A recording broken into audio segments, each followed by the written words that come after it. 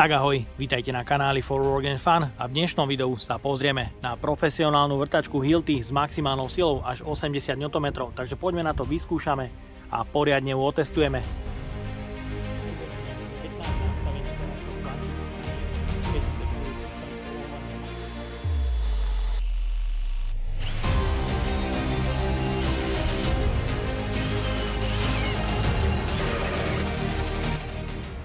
V dnešnej recenzii to nebude Parkside, ale bude to naopak líder v oblasti náradia a elektronickej techniky pre stavebníctvo. Pozrieme sa na vrtačku s modelovým označením SF6HA22 od Hilti s maximálnou silou až 80 Nm, ktorú mi do recenzie zapožičal fanúšik, ktorý v nárade Hilti používa v svojej profesionálnej praxi na montáž alarmov. Odkaz na jeho web stránku hodím dole do popisu pod video. Obsahom môjho balenia, ktoré mám zapožičané do recenzie, je jedna 5,2 Ah batéria, jedna 2,6 Ah batéria a pomalá nabíjačka. Samozrejme vrtačka. Takýto set, ak by ste si to chceli vyskladať s jednou malou kompaktnou baterkou a jednou výkonnou baterkou, vás to vyjde niekde okolo 700 €. Cena stroja ale nie je až tak vysoká, pretože samostatná vrtačka stojí niekde okolo 290 až 300 €, čo si myslím, že nie je až taká hrôza, pretože bežne Milwaukee alebo rôzne iné náradie stoja taktiež okolo 300. Je to samozrejme o kúsok drahšie, pretože model SF6HA22 má maximálnu silu iba 80 Nm, ale podotýkam, je to 22V batériový systém. Je tu možnosť kúpiť pomalú nabíjačku, ktorú mám ja k dispozícii a tieto veľké batérie nabije za 80 minút, ale ak by ste chceli, dá sa kľudne dokúpiť aj rýchla nabíjačka, ktorá vám tieto batérie 5,2 Ah nabije za 50 minút. Batérie Hilti sú odolné voči nárazu až z 2 metrov. Ďalej ich zaujímavosťou je, že prevádzková teplota je až minus 17 stupňov do plus 60. Máme tu tlačítko pre odpojenie z batérie, ktoré ak sa stlačí, svieti stav nabitia batérie v 4 leveloch. Je to 2,6 Ah batéria, batérie sú lionky a označenie B22, teda 22V. Sú tu otvory pre odvetranie a môžete vidieť, je tam 5 kontaktov pre napájanie. Ergonomia je na vynikajúcej úrovni, nájdeme tu pogumované prvky proti náhodnému poškodeniu a ochrane výkonného brašle z motora s maximálnou silou až 80 Nm. Je tu pevné a presné skľúčovadlo pre upínanie nástrojov od 1,5 až do 13 mm. Skľúčovadlo je pevné a presné. Nájdeme tu 15 nastavení sily na spojke, ktorá je elektronická, jeden režim vrtania a režim vrtania s mechanickým príklepom, na ktorom maximum je 36 000 úderov za minútu. Na prvej rýchlosti 0 až 490 otáčok za minútu a na druhej 0 až 2000 otáčok za minútu. Je tu tlačítko spustenia, pravý a ľavý chod, stredná poloha, možnosť zablokovať toto tlačítko. Pri pätici batérií nájdeme LED pracovné osvetlenie, ktoré má oneskorené vypnutie po dobu 10 sekúnd. Taktiež môžete vidieť, je tu sito a odvetranie pätice batérie, pod ktorým máme hliníkový pasív. Máme tu držiak bitov a z druhej strany sa dá namontovať spona pre upevnenie na opasok. Je tu beznástrojový systém polohovania madla na pravú alebo ľavú stranu, ktorý sa dá ale používať iba vo vodorovnej polohe. 22V batériový systém od Hilti CPC ponúka zatiaľ články 18650. To sa ale čoskoro zmení, pretože Hilti pre svoje 22V náradie pripravuje novú sériu batérií, ktoré budú ponúkať úplne iný level. Budú chladené svojím pasívnym chladením, budú mať v sebe rúrky headpipe a posunú 22V systém zase na úplne iný level. Hmotnosť vrtačky samostatne je 1725 gramov. Ak sa použije 2,6 Ah batéria, je to 2217 gramov.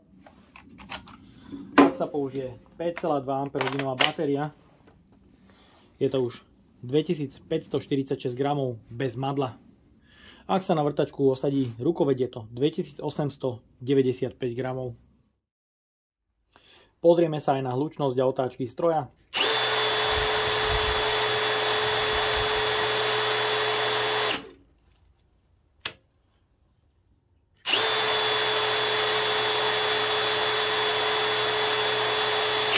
Otáčky presne sedia s tým, čo výrobca uvádza. Pozrieme sa aj na presnosť skľúčovadla.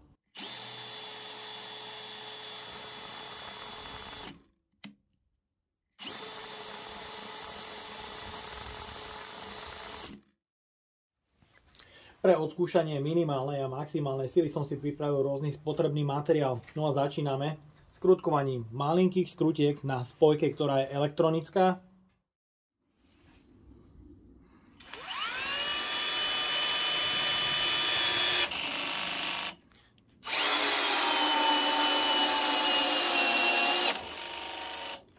Rozsah sily na elektronickej spojke je vynikajúci a zaskrutkujete s tým bez problémov malú alebo aj veľkú skrutku.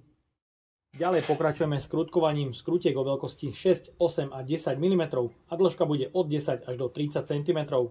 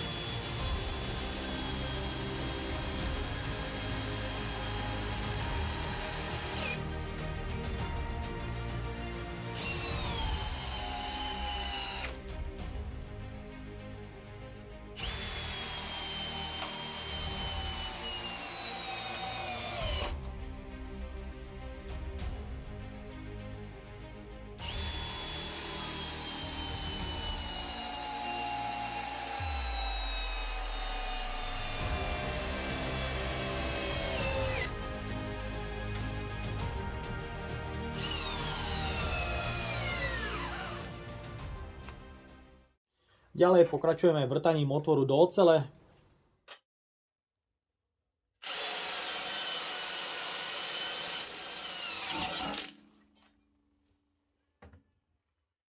Ďalej pokračujeme vrtaním do betónu o priemere otvoru 10 mm.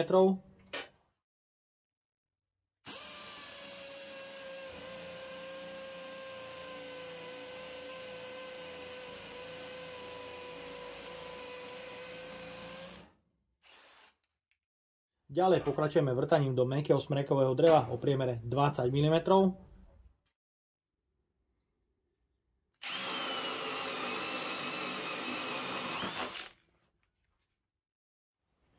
Ďalšie vrtanie otvoru o priemere 28 mm.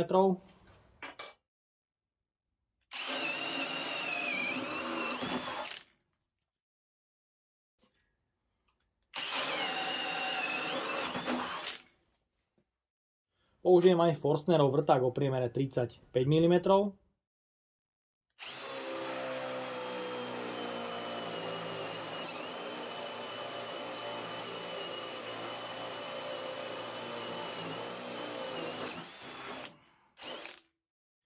Ďalší špirálový vrták o priemere 16 x 200 mm.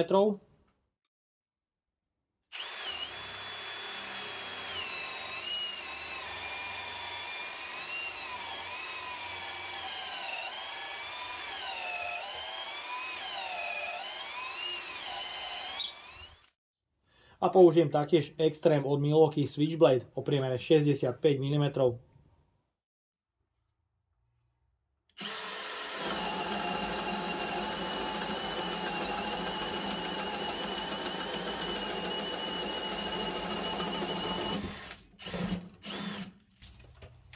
Super, vrtačka s tým prešla ako cez maslo.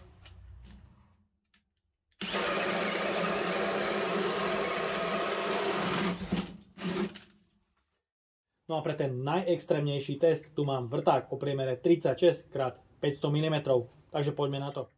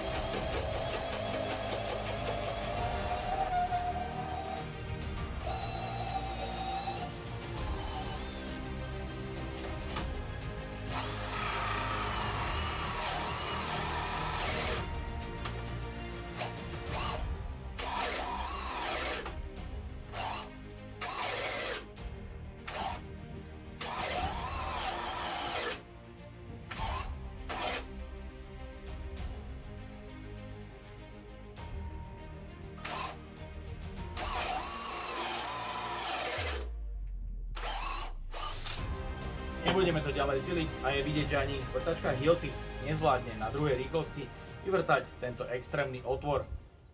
Konečne ste teda dnes na recenziu mali niečo iné ako Parkside. Bola to profi vrtačka od Hilti, ktorá sa svojím výkonom a maximálnou silou 80 Nm podľa môjho názoru veľmi pochlapila, pretože otvor 65 mm na druhej rýchlosti zvládla s 5 baterkou úplne bez problémov. Naopak ste mohli vidieť porovnanie 2,6 baterky a 5,2 baterky, kde na priemere 28 mm už dvojka baterka strácala dých.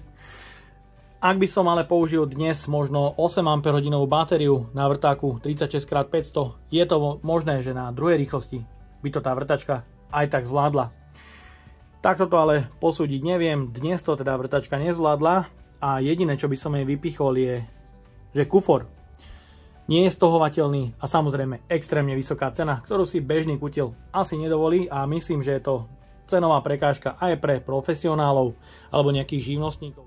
No a ja dúfam, že sa vám dnešné video páčilo. Ak by ste ma aj vy chceli podporiť finančným príspevkom, dole do popisu vkladám link na PayPal Donate. No a odo mňa je to na dnes všetko. Ak sa vám toto video páčilo, dajte like, potvrďte odber a zvonček, aby vám už neušlo ďalšie video. Ahoj!